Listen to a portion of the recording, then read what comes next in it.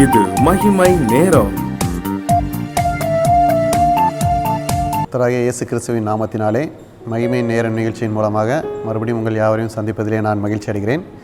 இந்த நாளிலும் நாம் சற்று தியானத்துக்கு என்று எடுத்துக்கொண்ட தலைப்பு, கர்த்தர் தம் ஜனத்தோடே இருக்கிறார். இந்த தலைப்பிலே நாம் சற்று தியானிப்போம். நாம் வேதத்திலே எஸ்தர் புத்தகத்திலிருந்து கர்த்தர் எவ்வாறு தம்முடைய ஜனங்களோடு இருந்தார் என்பதை பற்றி நாம் சற்று தியானிப்போம். பாபிலோனிய சிறையிலிருந்து யூதர்கள் விடுவிக்கப்படுகிறார்கள். விடுவிக்கப்பட்ட யூதர்கள் தங்கள் தேசத்திற்கு திரும்பி செல்கிறார்கள். அப்படி செல்லும்போது எஸ்தர், மொர்தெகாய் மற்றும் சில யூதர்கள் மட்டும் அங்கே செல்லாமல் பெர்சியாவின் தலைநகரமான சூசாவிலே தங்குவது நலம் என பார்த்து அங்கே தங்க செல்கிறார்கள். அவர்கள் தங்கள் ஜனமல்லாத புறஜாதிகளிடத்திலே அவர்கள் தங்குகிறார்கள். ஆனாலும் அவர்கள் வாழ்க்கை சந்தோஷமாக சென்று கொண்டிருக்கிறது. எந்த குறையும் இல்லை. மொர்தெகாய் அரச அரண்மனையிலே ஒரு உயர்ந்த பதவியிலே பணி செய்து கொண்டிருக்கிறார். பாருங்கள், ஒரு புறஜாதியான தேசத்திலே இருந்தாலும் கர்த்தர் அவர்களோடு இருந்து அவர்களை பராமரித்து வருகிறார். அங்கே ஆட்சி செய்த ராஜா எப்படி இருந்தார் என்று பார்த்தால், அவர் பெயர் அகாஸ்வேரு ராஜா. அவர் இந்தியா முதல் எத்தியோப்பியா வரை 127 நாடுகள் அவருடைய அரசாட்சிக்கு கீழ் இருந்தது என பார்க்கிறோம்.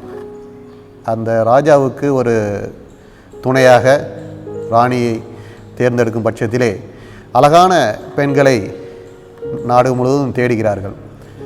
அப்படி தேடுகிற சமயத்திலே எஸ்தர் ராணியாக தேர்ந்தெடுக்கப்படும் பெண்களோடு அவள் அழைத்து செல்லப்படுகிறாள்.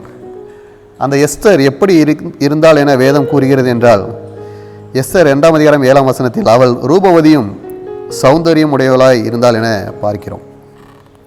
எனவே மற்ற பெண்களோடு அவள் அழைத்து செல்லப்படுகிறார். அப்படிப்பட்ட சூழ்நிலையிலே கர்த்தர் அவரோடு இருந்ததின் காரணமாக அவள் ராணியாக உயர்த்தப்படுகிறார். ராஜா கிரீடத்தை அவருடைய எஸ்தருடைய தலையில் வைத்து அவளை ராணியாக உயர்த்துகிறார்.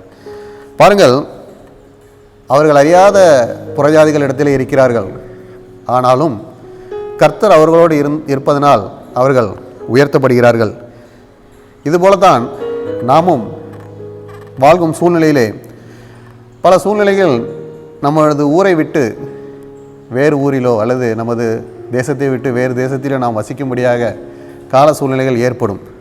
அப்படிப்பட்ட சூழ்நிலையிலே நாம் கலக்கமடைய தேவையில்லை. சில நேரங்களில் நாம் கலங்குவோம். இங்கே நாம் எப்படி வாழப்போகிறோம், நமக்கு யாரையும் தெரியாது, நாம் என்ன தொழில் செய்வோம், நமக்கு யார் உதவுவார் என்று நாம் கவலைப்படுவோம்.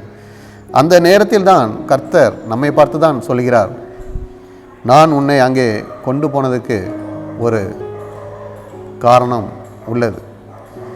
கர்த்தர் நம்மை மறந்துவிட மாட்டார். அவர் நம்மோடு இருந்து நம்மை உயர்த்துவார், நாம் சிறந்து இருக்கும்படி செய்வார். எவ்வாறு மொர்தெகாயும் எஸ்தரும் உயர்த்தப்பட்டார்களோ அதுபோல நாம் செய்யும் எல்லா காரியங்களையும் நம்மோடு இருந்து கர்த்தர் நம்மை உயர்த்துவார்.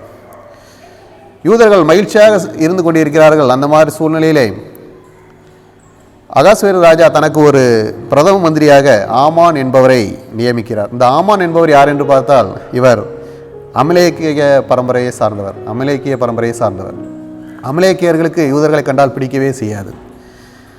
ஆமான் அரண்மனைக்கு உள்ளாக வரும்போது அனைவரும் எழுந்து நின்று அவனை வணங்க வேண்டும். இது அங்கே உள்ள வழக்கம். ஆனால் மொர்தெகாய் அந்த ஆணைக்கு கீழ்ப்படிய மாட்டார். ஏனென்றால் அவர் யூதர். அவர் மற்றவர்களை அவரை வணங்குவதற்கு, யாரையும் மனிதர்களை வணங்குவதற்கு அவர் ஒப்புக்கொள்ளவில்லை.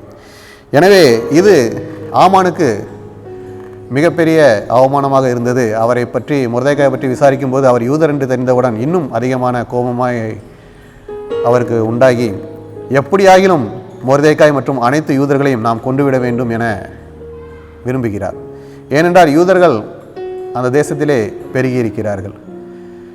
இப்படி ஆமான் சிந்தித்து கொண்டிருக்கும்போது ஆமான் அவர்களுடைய முறைமையின்படி சீட்டு போடுகிறார்கள். 1ஆம் மாதத்திலே சீட்டு போடுகிறார்கள். 12ஆம் மாதத்துக்கு சீட்டு விழுகிறது, அவர்களை அழித்து விடலாம் என்று. எனவே ஆமான் அந்த சீட்டின்படி ராஜாவின் இடத்திலே கடிதத்தை பெற விரும்புகிறார். அவர் ராஜாவை சந்தித்து, இது போன்ற யூத ஜனங்கள் நம்ம மத்தியிலே இருக்கிறார்கள், அவர்கள் நமது கட்டளைக்கு கீழ்ப்படுவதில்லை, நமது சட்டங்களை கைக்கொள்வதில்லை என்று பொய் சொல்லி அவரிடத்திலே கையெழுத்தை வாங்குகிறார். அரசரும் யாருடைய ஆலோசனையும் கேட்காமல் அந்த கடிதத்தில் கையெழுத்து வைக்கிறார். இது உலகமெங்கும் பல்வேறு நாடுகளுக்கும் இந்த கடிதம் அனுப்பப்படுகிறது. இதை மொர்தெகாய் அறிகிறார். பாருங்கள், நன்றாக யூதர்கள் வாழ்ந்து கொண்டிருக்கிறார்கள். அவர்களை ஒடுக்கும்படியாக ஆமான் போன்ற மனிதர்கள், இதுபோல தான் நாம் நன்றாக வாழ்ந்து கொண்டிருக்கும்போது பல சூழ்நிலைகள் நமக்கு எதிர்த்து வந்து நம்மை எப்படியாவது கொன்றுவிட வேண்டும், நம்மை கெடுத்துவிட வேண்டும் என்று நினைப்பார்கள். அப்படிப்பட்ட சூழ்நிலையில் நாம் இன்னும் அதிகமாய் கர்த்தரை நாம் தேடுகிறவர்களாக காணப்பட வேண்டும். நாம் ஜெபத்தை கூட்ட வேண்டும். நாம் விசுவாசத்திலே உபவாசத்திலே தரித்திருக்க வேண்டும். இந்த கடிதத்தை அறிந்த மொர்தெகாய் தனது சட்டைகளை கிழித்து கொண்டு ரெட்டுடுத்தி உபவாசம் இருக்கிறார். யூதர்கள் அனைவரும் உபவாசம் இருக்கிறார்கள். அவனால் ரெட்டுடுத்தி இருப்பதனால் அவனால் அரசரை சந்திக்க முடியாது. எனவே அவர் சொல்லுகிறார் எஸ்தரிடம், நீ அரசரை சந்தித்து எடுத்து சொல்லி அந்த கடிதத்தை ரத்து செய்ய வேண்டும் என்று. அரசருடைய அனுமதி இல்லாமல் யாரும் அவரை சந்திக்க அவர் சமூகத்துக்கு செல்லக்கூடாது. எனவே எஸ்தர் பயப்படுகிறார். அரசர் கூப்பிடாமல் நான் சென்றால் என்னை கொண்டு விடுவார் என மொர்தெகாய்க்கு செய்தி அனுப்புகிறார். மொர்தெகாய்க்கு கோபம் அதிகமாகிவிட்டது. அவர் எஸ்தரிடம் சொல்லி அனுப்புகிறார். எஸ்தர் 4:14 வாசிக்கிறோம், நீ இந்த காலத்தில் மௌனமாக இருந்தால் யூதருக்கு சகாயமும் ரட்சிப்பும் வேறொரு இடத்திலிருந்து எழும்பும் என்றும், மேலும் நீ இப்படிப்பட்ட காலத்திற்கு உதவியாக இருக்கும்படி உனக்கு ராஜ மேன்மை கிடைத்திருக்கலாமே என்றும் சொல்கிறார். பாருங்கள், உனக்கு ராஜ மேன்மை கிடைத்திருக்கிறது. கர்த்தர் உன்னை கொண்டு சென்றதற்கு நம்முடைய மக்களை காப்பாற்றுவதற்காக இருந்திருக்கலாம். எனவே நீ தைரியமாக செல் என்று அவரை கண்டிக்கிறார். எனவே எஸ்தர் தேவனுக்குள் தன்னை திடப்படுத்தி கொண்டு தேவனுடைய ஆலோசனையை பெற்று 3 நாள் உபவாசம் இருக்க விரும்பி அவரும் அவர் தாதிமாரும் உபவாசம் இருக்கிறார்கள். அங்கே மொர்தெகாயும் ஜனங்கள் எல்லாரும் உபவாசம் இருக்கிறார்கள். 3 நாள் உபவாசம் இருந்துவிட்டு கர்த்தர் மேல் பாரத்தை வைத்துவிட்டு அவள் மன்னரை சந்திக்க செல்கிறார். மன்னர் அவளை ஏற்றுக்கொள்கிறார். மன்னர் அவரிடம் கேட்கிறார், இந்த ராஜ்யத்தில் பாதியை வேண்டுமானாலும் உனக்கு தருகிறேன் என்று. அந்த சூழ்நிலையிலும் அவள் அந்த கடிதத்தின் காரியத்தை வெளிப்படுத்தாமல் அரசரை விருந்துக்கு அழைக்கிறாள். விருந்துக்கு அழைக்கும் போது அரசரும் ஆமோனையும் மட்டும் அழைக்கிறாள். முதல் நாள் விருந்து முடிகிறது. அவள் அந்த கடிதத்தை பற்றி எதுவுமே சொல்லவில்லை. 2ஆம் நாள் விருந்து முடிகிறது. அரசர் கேட்கிறார். அரசருக்கு ஆச்சரியமாக இருக்கிறது. தன்னுடைய சமூகத்துக்கு வந்துவிட்டால் அவர் ஏதோ ஒரு விண்ணப்பத்தை கேட்க நினைக்கிறாள், ஆனால் கேட்கவில்லை. அப்படி என்றால் அரசருக்கு அது ஒரு ஆர்வத்தை தூண்டுகிறது. எனவே எஸ்தர் அந்த 2ஆம் நாளிலே சொல்கிறார், இந்த கடிதத்தை பற்றி விளக்குகிறார். நானும் என்னுடைய ஜனங்களும் கொல்லப்படும்படியாக கடிதத்தை இந்த தேசம் முழுவதும் அரசரின் பெயரால் அனுப்பியிருக்கிறார்கள் என்று சொல்லும்போது அரசருக்கு விளங்க வருகிறது. எனவே அரசர் கேட்கிறார், யார் இந்த காரியத்தை செய்தார் என்று கேட்கும்போது ஆமான் இந்த காரியத்தை செய்தார் என்று சொல்லும்போது அரசருக்கு ஆமான் மேல் கோபம் வருகிறது. ஆமானை தூக்கிலே போடுகிறார். அந்த கடிதத்தை ரத்து பண்ணும்படியாக சொல்கிறார். இப்பொழுது அந்த கடிதத்தை ரத்து பண்ணும்படியாக கையொப்பம் மொர்தெகாய் இடுகிறார். ஏனென்றால் அரசருடைய மோதிரம் மொர்தெகாயிடம் வசம் வருகிறது. மொர்தெகாய் அந்த மோதிரத்திலே அதற்கான சீல் வைக்கிறார். பாருங்கள், எப்படிப்பட்ட சூழ்நிலையில் இருந்து கடவுள் யூதர்களை மீட்டிருக்கிறார் என்று. எஸ்தர் 8:14 பார்க்கிறோம், யூதருக்கு வெளிச்சமும் மகிழ்ச்சியும் களிப்பும் கனமும் உண்டாயிற்று என பார்க்கிறோம்.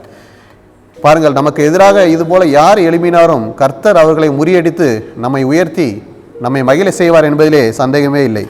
எனவே எப்படிப்பட்ட பொல்லாங்கான் நமக்கு எதிராக ஏற்பட்டாலும் நாம் எதற்கும் கலங்க வேண்டியதில்லை, நாம் எதற்கும் பயப்பட வேண்டியதில்லை என்பதை நாம் மனதிலே குறித்து கொள்ள வேண்டும். கர்த்தர் தம் ஜனத்தோடு இருப்பார் என்பதை நாம் இதன் மூலம் அறிந்து கொள்வோம். நாம் எந்த சூழ்நிலையிலும் நாம் வருந்த தேவையில்லை. கர்த்தர் நம்மோடு இருந்து நம்மளை ஆசீர்வதிப்பார். ஆமீன். கர்த்தாவே, இந்த நாளிலும் நீர் உமது ஜனத்தோடு இருக்கிறீர் என்பதை சற்று தியானித்தோம். ஆண்டவரே, குடும்பமாக சொந்த ஊரில் இல்லாமல் வெளியூரில் இருந்தாலும் ஆண்டவரே, எங்களோடு நீர் எப்பொழுதும் எங்கள் கூடவே இருந்து எங்கள் வேண்டுதல்களையும் எங்கள் காரியங்களையும் நீர் நடப்பிக்கிறீர். என்பதை நாங்கள் விசுவாசித்தோம். அதுபோல் நீங்கள் எங்களோடு இருந்து நாங்கள் செய்யும் ஒவ்வொரு காரியங்களும் கூடவே இருந்து நீர் எங்களோடு இருந்து வழிநடத்தி எங்களை மகிழ செய்ய வேண்டுமாய் இயேசு கிறிஸ்துவின் மூலம் ஜெபிக்கிறோம் நல்ல பிதாவே. ஆமீன்.